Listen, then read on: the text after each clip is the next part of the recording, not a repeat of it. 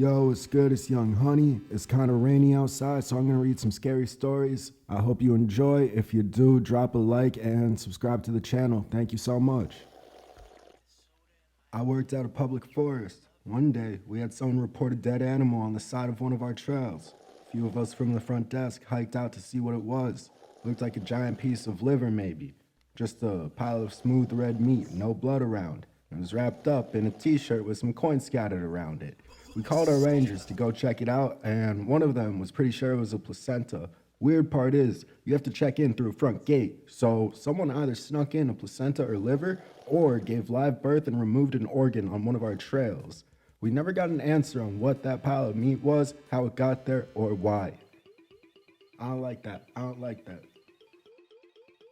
I do a lot of stream work, so I spend time out in pretty rural areas walking streams and rivers. Once my coworker and I were walking in a more urban environment and came across what we initially thought was a body, which of course triggered, "oh shit," from us.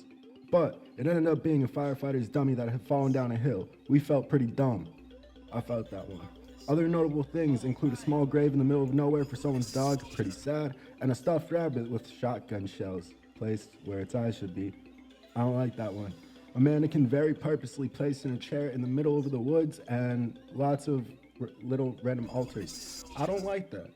I also did work in Myrtle Beach, what a hellhole, and accidentally walked into an inhabited homeless camp. I was peering into a stormwater grate when I looked up and saw a homeless person standing in his shelter staring at us and saying nothing. I felt like I was trespassing, so we left pretty quickly. So this meant I would sleep in the sleeping quarters during the day with either just me or a handful of other crew members, where usually there'd be 20 to 30 of us. It wasn't so bad. Actually, I really liked it because it's a lot more peaceful sleeping during the day. You don't hear anyone else snoring or someone's footsteps because they have to piss or something like that. All you can hear is the light creak of the walls and the floors of the ship, and all you can feel is the sway of the ocean. A little bit haunting and creepy if you really think about it, but I like it. All that ended when there was a short period of time where literally two of us were in there, or at least that's what I thought. I started hearing light taps across the room. At first they were light taps. Then it would get a little bit faster. Sometimes it'll get a little bit louder. I'd ignore it if it weren't so utterly annoying. I look at where the other guy is sleeping, and he seems to be fast asleep, accompanied by his light snoring. Second day, there it goes again. I try to follow the sound, but for some reason it bounced around the room like an echo. Eventually, it comes to an abrupt halt, so I try to sleep it off. During work at night, I tried to ask my mate about it, but he said he was too tired to even notice. I guess I'm alone on this pursuit. That ain't good looks, bro. Third day, I take my pursuit one step further by not sleeping right away. I'll be fully awake when it starts, so I'll have a better chance of discovering the source. There it goes again. This time, I go from one empty rack to the next until finally it was loud as fuck tapping in progress. My heart was thumping like a jackhammer. I pulled the curtain to the side. There lay the biggest dude I've ever seen on the ship holding his dick mid-stroke. You have no idea the speech I prepared for this guy in my head for keeping me up for several days, but at that exact moment, I had no idea what to say. Of course, I gave out a small yelp, which didn't help the situation. I never thought I'd be locking eyes with another dude while he's gripping his dong while I began this honorable pursuit. Yo, I need a second.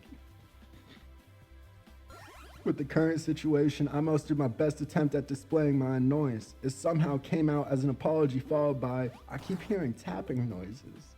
He hadn't said anything yet, but at that exact moment, I realized that his elbow that belonged to his fapping arm is resting right on the wall, probably banging it over and over and over again. I didn't wait for a reply. I nodded my head, kind of rolled my eye, and walked away.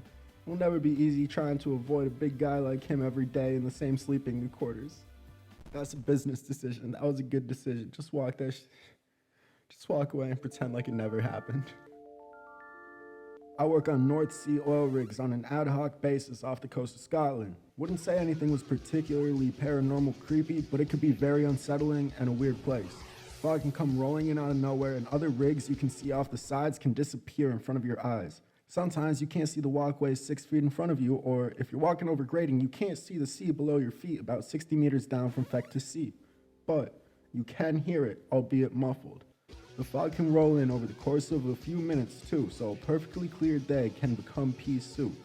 You can also feel the rig moving and swaying on high winds and rough seas, even though it's a fixed leg platform. Very unnerving to feel your office swaying when it shouldn't be. I wouldn't be able to do that. My last trip was my first ever night shift, and I found it particularly unsettling as you've got the background noise of the plant, but I walked around the whole rig without seeing another living soul for the whole shift. Usually there are about 130 people on board, although smaller rigs have smaller head counts. Usually, once a trip, I'm hit by this awareness that you are just very isolated in the middle of nowhere. Most rigs I've worked on are an hour's chopper ride from the land, so if things go wrong, it can escalate very quickly. Yeah, that's why they get paid six figures. If y'all want to like fuck around and get into a money-making game if you don't care about your safety, that's where the fuck you go. On our drill ship that was built in China, we noticed on the drawings there was a room. We went to look at it and couldn't find an entrance, but the spacing was obviously there for an extra room. Might not sound so creepy unless you've been in these shipyards where two things are known to happen. Stowaways, although I doubt in this case, but also hundreds of workers at any given time following orders blindly. So we confirmed that this room had all six sides, yet not a single weld on the outside. There only is one way this could have happened, and I'm sure you're starting to get it now. They must have welded from the inside for this room and then realized they had no way out upon completion if the gas didn't kill them first. It's extremely heavy around that room. People say they hear things. I have definitely. This isn't some old ship either. I rode this ship from China to Amsterdam after completion and then the maiden voyage to America. I guess it happens quick. Fuck me. I worked as the county historic preservationist in southern Appalachia, working on the buildings and properties the county owned. One of the benefits included with my job was living on site at one of the historic properties. The historic house was an imposing brick mansion built in the 1810s, and I lived in a small caretaker's house about 20 feet away. This was in the backwoods, so to deter trespassing and vandalism, the county had built an 8-foot tall fence around the entire 15-acre parcel and put up barbed wire on top of the fence. I mention all this just to show how it was basically impossible for anyone or anything to jump or climb over the fencing and onto the property. One night, after working late at another property, I pulled up to my entrance gate, let myself in, locked it behind me, and then drove the 100 yards down the gravel road to my house. There were no lights on the property, so I could only see by my headlights. As I turned my car around the corner of one of the outbuildings and parked it, my lights shone on a thing that I still have, a hard time describing effectively. It was the size of a deer, but with long, spindly legs and long, shaggy hair, almost like a taller man-wolf? What? I don't know how to pronounce that. If you've ever seen pictures of those things. That alone shook me, as there was no way something of that size should have been able to get through or over my fencing.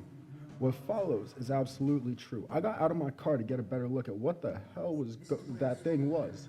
And as I opened the door and got out, the thing took off running, not on 4 legs, but on 2. I literally watched this thing raise its back up, stand at full height on its back legs, and sprint away. I absolutely freaked at that point, grabbed my mag light and my shotgun from inside and tried to find the thing again. There was no trace, no tracks, or anything. I have no idea how it got in or out of my property. I didn't sleep at all that night, just sat on my couch with a shotgun, watching my front door, hoping that whatever I saw didn't come back and burst in. Can't explain what the hell I saw that night, but it still raises the hair on my neck every time I think about it. Why do you go after it? Why does that happen? Why do you go after it? What kind of thought process is that? Fucking, how do you get out of bed with balls that size? Fucking wheelbarrow. Fuck. When I was a kid living in Queensland, Australia, I used to bush bash, meaning walk off the beaten path through thick scrub. I knew the national park my house backed onto like the back of my hand. I knew from the topography where I was at all times. Both of my parents were ex-military and had a sort of hands-off approach, trusting me even as young as 12 to venture off into on my own into the wilderness. So I could just pack a bag and my sister and neighborhood friend would come with. We'd head off early in the morning, returning just before sunset usually. Once, when I, the oldest, was about 14, we'd been following creek beds and bashing over heavily forested hills towards an area I had never been. We came down onto a hill through a gully full of ferns and followed a dry creek bed for another hour or so. The sides of the creek became steep and rocky before we were passing through a gorge. As we emerged from the gorge, we noticed what looked to be a dwelling. Being idiot kids, we wanted to see what was up. It looked abandoned at first, but as we got closer, we saw that tarps had been affixed to the ramshackle structure. Bro, that's a tongue twister. Chicken wire surrounded what looked to be a pen just outside. As my eyes traveled across it, I suddenly caught another pair of eyes looking directly back at me. Rottweiler. We started slowly edging back away from the property, but it was too late. The dog started going nuts and worried that it would come after us, or at least alerting the person living in the hut. We bolted. I went back to the area a few times, but not too close to the boat itself, and found discarded bones from small game and other bits and pieces, spent 22 casings and such. As an adult, knowing the area, it's very likely you stumbled across a homeless person, like camping out or something, or a meth lab, as the area, as I would find out as an adult, was absolutely riddled with meth heads. Damn. Florida is really the Australia of, like, the United States.